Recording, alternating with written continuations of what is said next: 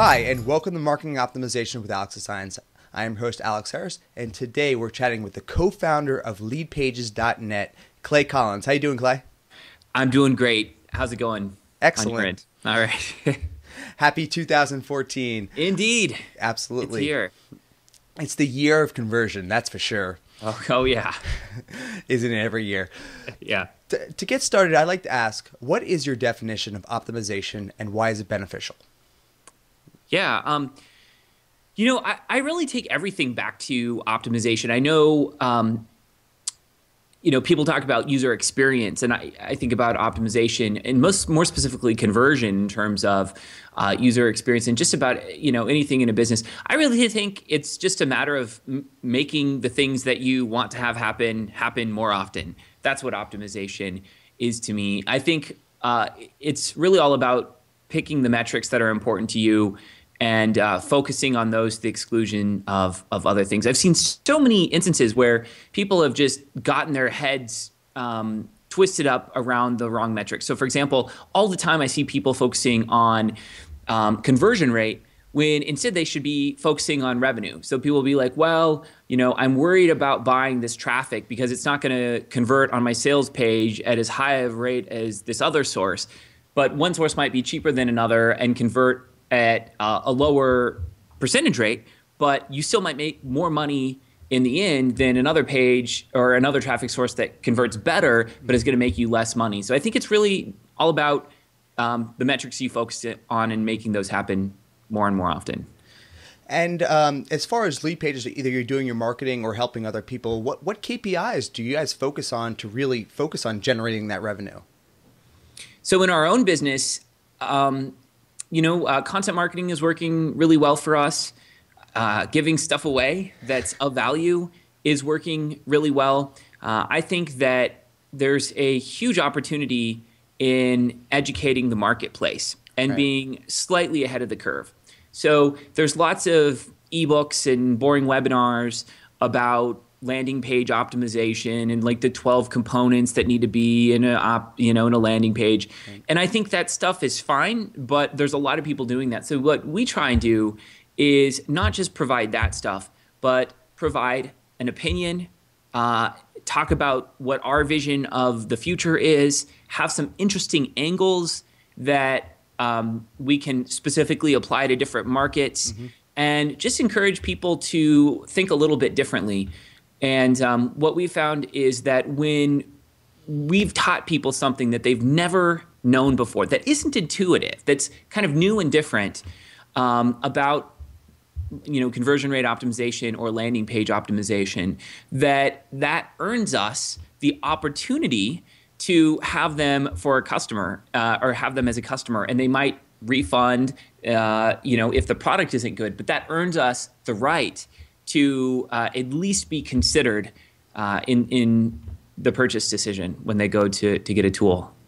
Yeah, I think so many people really focus on that end goal, but they build that field of dreams. Like they don't even have an audience. And I've heard you talk about creating not only a great product, but really focusing on a minimal viable audience. Can you speak about how Lead Pages started with that?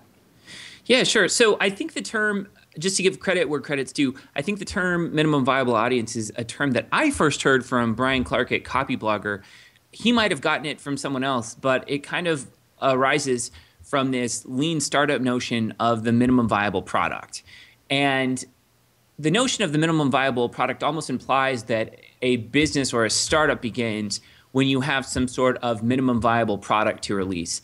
And I propose that a startup kind of can start much earlier than that, when it starts building an audience that then informs the creation of a product. So we pre-sold Lead Pages before it was ever created. We pre-sold it. So I believe it was December of 2012. We pre-sold Lead Pages. We made about $40,000 during the pre-sale, and that gave us enough confidence to know that when we launched in January, that it would be worth all the effort building it. So we were profitable from day one, and we were profitable because Lead Pages wasn't just something that we decided to do out of the blue. It was the end result of a conversation that we had been having with our audience about what they wanted. So our audience was a protagonist in the story about how LeadPages came to be. LeadPages was co-created with our audience, and to this day, and we miss a comment here or there, but to this day, we respond to every tweet, we respond to every Facebook comment, we respond to every blog comment, we respond to everything, because we believe that when our audience feels that LeadPages is theirs because it was their idea in the first place, that it's something that they're going to make more use of, purchase, and enjoy. And we don't just want to create this myth that it was their idea in the first place. It actually is, in many cases, various features were ideas that came out of the community. Yeah, I've seen LeadPages really grow because you guys really fine-tuned what you wanted to launch with. You know, the email capture lead generation forms was your bread and butter. That's what you guys really focused on. And it seems like you got a lot of feedback to have that consistent feedback loop to continue to iterate and push the products even further. Yeah. Yeah, I think that when we first launched, I think a lot of people wanted us to be everything to everybody. And I think it's hard to do that well at first. Over time, I think we can evolve to do a lot of different things pretty well. But when we first started, people wanted us to be blog creators, landing page creators, sales page creator, membership site creator, video hosting, like they just, because we did this one thing well, I think a lot of people projected a lot of their hopes and dreams and every single marketing software need they had onto us.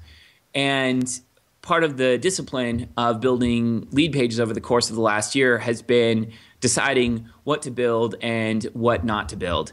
And often it's the things you say no to that can have as much of an impact as the things you say yes to. Right. Because I think, as a web designer or a marketer, so many people focus on the whole entire site as the revenue generating tools. Yeah. And I think you have really narrowed that down to what percentage of pages do you really focus on as far as building your revenue streams? Yeah. So I call this the 95-5 rule, and it's sort of the theory that 5% of the pages on any given website are going to generate 95% of the results. So if it's a massage studio, sort of that page, the money page, is the page where someone registers or signs up to get a massage.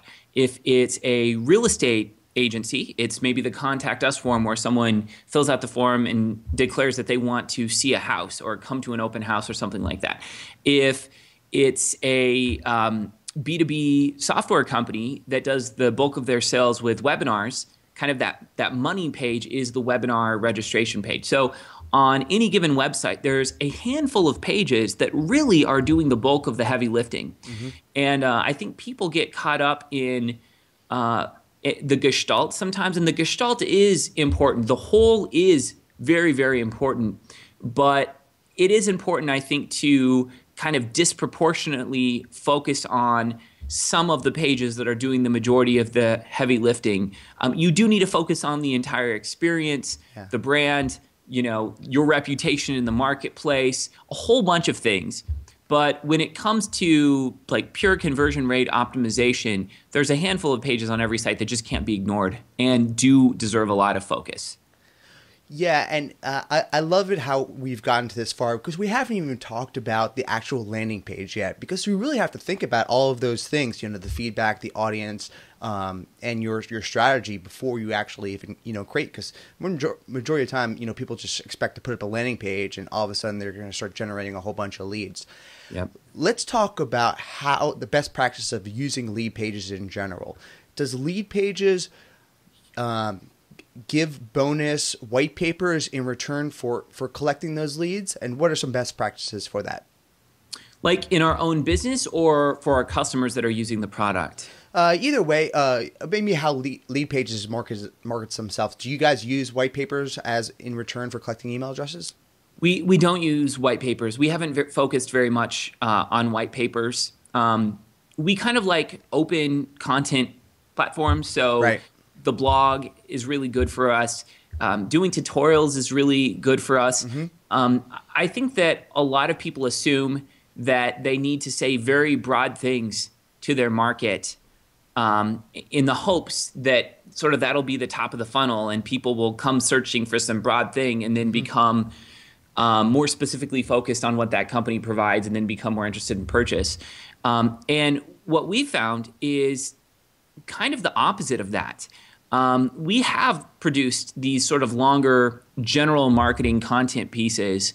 And what we found is that they do get some response, but they get nowhere near as much response as when we launch a feature or talk about why we built something the way we did inside of the product. So we found that people do really actually care about the tools. Like I could write some 1,500 word or 2,000 word epic blog post about some high level marketing theory, and that would get some tweets, it would get some shares, it would get some comments. But I've also had the experience of making a 75-second video that briefly discusses a new feature that we added to LeadPages, and gotten 10 times as many shares and comments. So people really are excited about tools, and I think I think it's deserved.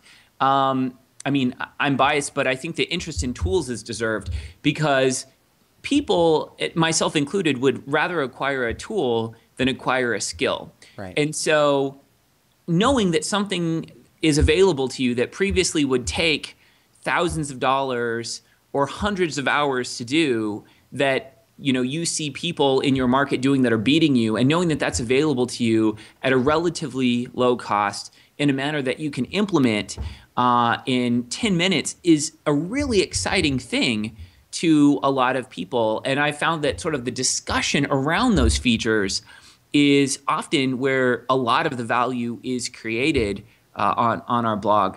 So I like how open platforms. I think white papers, and I know there's really smart people that have figured out how to make them entertaining and fun and all that stuff, but I don't really think they fit where we are right now. But case studies, we love case studies. We love examinations of split test data. We love demonstrations of features and marketing concepts, but white papers, not so much. Yeah, well, I think your approach really in general is, educating the consumer as much as possible is really providing a lot of that value that you're giving to get people in return. Now, let's talk about some of those great new tools that you are consistently launching. First, let's talk about one that was released just a couple weeks ago, LeadBoxes.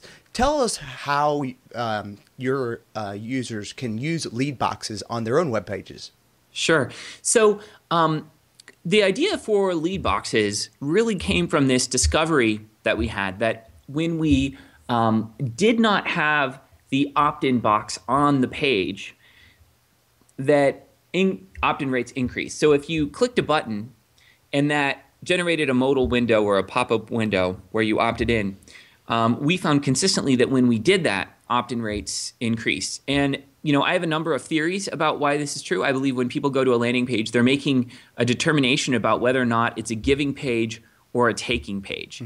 And when you don't immediately see the opt-in box, it looks like a giving page. And when you click a button and then and only then are shown an opt-in box, then there is a take, but the page only asks when you ask it to ask. Right. So people seem to do better with that. Also, the modal window or the pop-up that appears when you click on something that says maybe register me for this event, that pop-up in a way forces you to make a decision. When that opt-in box is on the screen all the time, you can kind of navigate and scroll up and down and read some information and leave. Yeah. But the second you click a button that says, hey, yes, sign me up, and then a pop-up appears, you have to make a decision one way or another about whether or not you're going to opt in. So it in a way forces a decision. And I like to say that 100% of the people that don't make a decision about whether or not to opt in will not opt in. So 100% of the people that don't make a decision don't do the action. But some percentage of the people that do make a decision will opt in. So simply by bringing that decision to a head, you get more people to act. It's kind of like the salesperson's notion of behavioral inertia, or the foot in the door technique. If you can get someone to commit at a very low level of commitment by clicking the register button, when the pop-up appears, right, you can get them to commit at a higher level of commitment by opting in. So there's a whole lot that's going on there. But what we found was that these two-step opt-in processes, all things considered, were generating a relative increase of about 30% in opt-in rate. And so the next thought we had was, what if this pop-up that appears when you click on the register, whatever the call to action button is on the landing page, what if this pop-up box, what if you could attach it to a graphic or a link on your blog? Or what if you had sort of a little blurb about the guest post that you wrote, and you could embed the ability to link any text in your guest post to this pop-up box where people could opt in for something? What if you could do that? What would be the implications? And so we just started playing around with that idea. And then we added split testing. We added the ability to deliver like a lead magnet. We added analytics on top of that. We added a whole bunch of things on top of this. And that's what became LeadBoxes. And people are getting phenomenal results. A lot of times people don't want to use our landing pages, but they do want to use our integration system. They do want the ability to get one email address and pass it to an email service provider, and pass it to a webinar service, and pass it to our lead magnet delivery system. Yeah. So that's LeadBoxes. And I just got a split test in the other day from a customer that doubled their conversion rate. They took the opt-in form off the page. They replaced it with a call to action button that triggered up a lead box, and they more than doubled their opt-in rate. So we're really thrilled that we can provide value to people that want to create their own landing pages but still want some help. Yeah. I'm actually about to test that on my own site. I tend to do a lot of testing on my own site before I implement it on client sites. So I'm actually about to test that. I give away like some free, HTML landing pages and stuff like that. Cool. So I'm about to test LeadBoxes myself. And what I've seen during my testing is the same exact reason why the two-step approach really works. It's the internet. People want to click on stuff, and they could be intimidated by a form right on the page. Oh, I don't really want to give you my email address right now, but if they are clicking something to actually interact with it, then it makes sense for them to actually continue down that path. Yeah, I think that's spot on. Yeah. So let's talk about your newest release. Yesterday, you just had a brand new release called LeadLinks. And I know it can be a little bit confusing, but it makes perfect sense. Let's tell people a little bit about LeadLinks. Yeah, so just for like conceptual clarity, the product is called LeadPages, and with LeadPages you can create landing pages, you can create these lead boxes, and you can create lead links. So they're not three separate products, but LeadLinks allows you to create links that can be sent via email or can be used in a membership site context or another area that, when clicked on, automatically add someone to an email list or to a webinar or both, or to a sublist. So let's say a friend of mine, James Schramko, has a little thing in his emails about how his emails are sent out with Entreport. Click here for more information. When you click on that, it adds folks to a sublist where they get a sequence of emails about how James uses Entreport or Office Autopilot. And so LeadLinks has that functionality. The difference is that not only does LeadLinks work when you email your own list, but it also works when an affiliate is mailing on your behalf. So if I was going to invite my list and audience to a webinar that you're doing, you could use LeadLinks to generate a link that you give to me. I could paste it in an email, and everyone who clicks on that email to register is automatically registered. So I call it the we've talked about the one-step opt-in, the two-step opt-in. I call it the zero-step opt-in.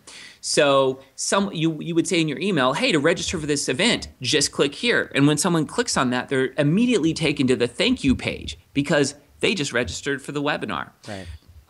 So I think there's a lot of utility there. I think we're adding a lot of things in terms of analytics and the opportunity for multiple integration and the ability to use it on other people's lists. I think there's a lot of opportunity there, and I hope we continue to innovate along these lines as well. Well, it's definitely a key differentiator for sure because no one else is doing that for multiple mailer signups. You can do it for MailChimp, I guess Infusionsoft, and a few others. So yeah, that's definitely a key differentiator. Any other future ideas of stuff that we can give the audience? Yeah.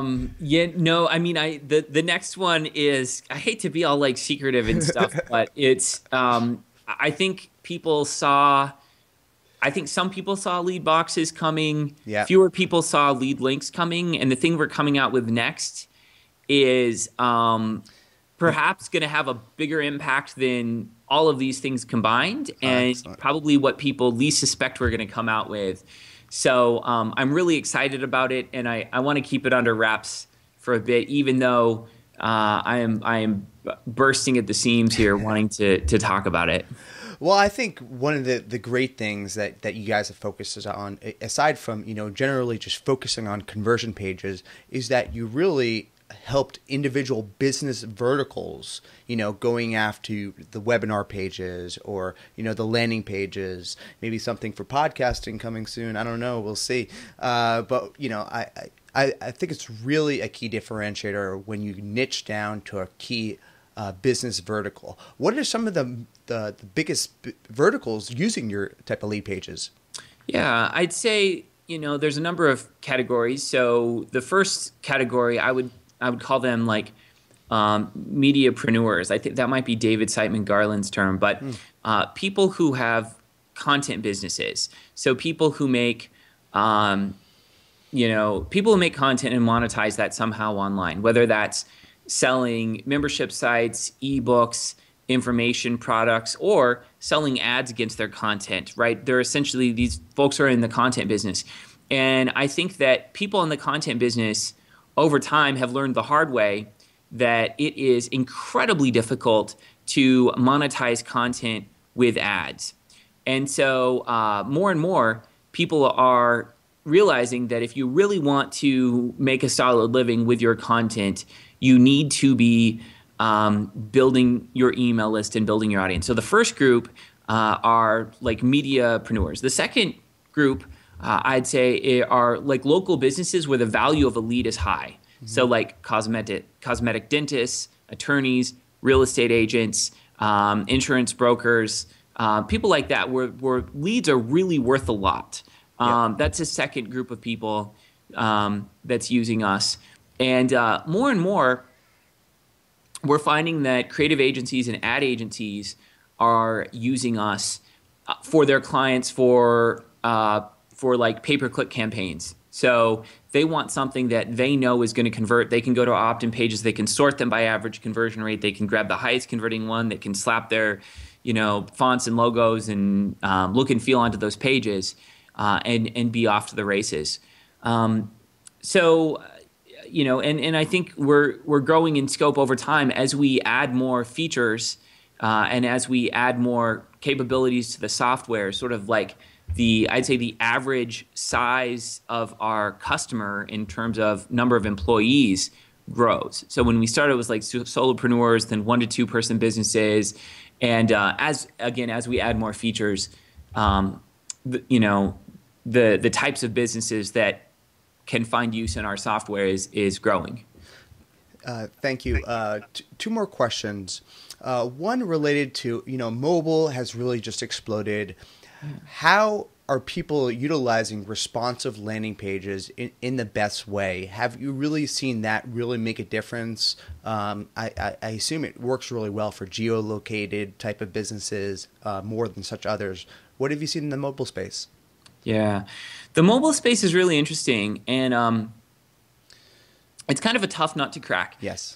The problem is that people are less prone to do data entry on a mobile device, right? You've got to, even if it's just an email address, Right. they're less likely to want to do that. So what LeadPages does, which actually this isn't something that we've talked about that much, but what LeadPages does is it has some built-in network effects around opt-in. So if someone opts into customer A's form, when they go to customer B's form, it's going to pre-populate with all the data that they entered into customer A's form. Now, it's not automatically submitted, so you still get to decide whether you want to submit that data. But if you've already done it once on a mobile device, you don't want to have to do it again, right? Or you're more likely to opt in a second time if all that stuff is pre-populated. So it sort of gathers, aggregates, and shares data across the network. Another thing that we're doing that we just added like yesterday is Facebook integration. Oh, wow. So a lot of people are logged into Facebook on their mobile devices. And so if that's the case, you can have a lead box pop up and it's going to pre-populate with your Facebook data. So rather than having to type something in, you're just hitting one button. I mean, there are other solutions to this problem, but I'd say the main issue is not one of the page displaying correctly or incorrectly on a mobile device. I think the main issue has to do with friction around data entry on mobile landing pages. Yeah, I think one of the key things that designers or marketers miss on mobile is just making the phone number text. If it shows up on your mobile device, if the phone number's text, then you can click it and people can actually call you. Yep. Genius. Yeah, right. Totally. So let's give people some advice. If you were just restarting and trying to really build your list, what advice would you give somebody to really focus on rapidly growing your list?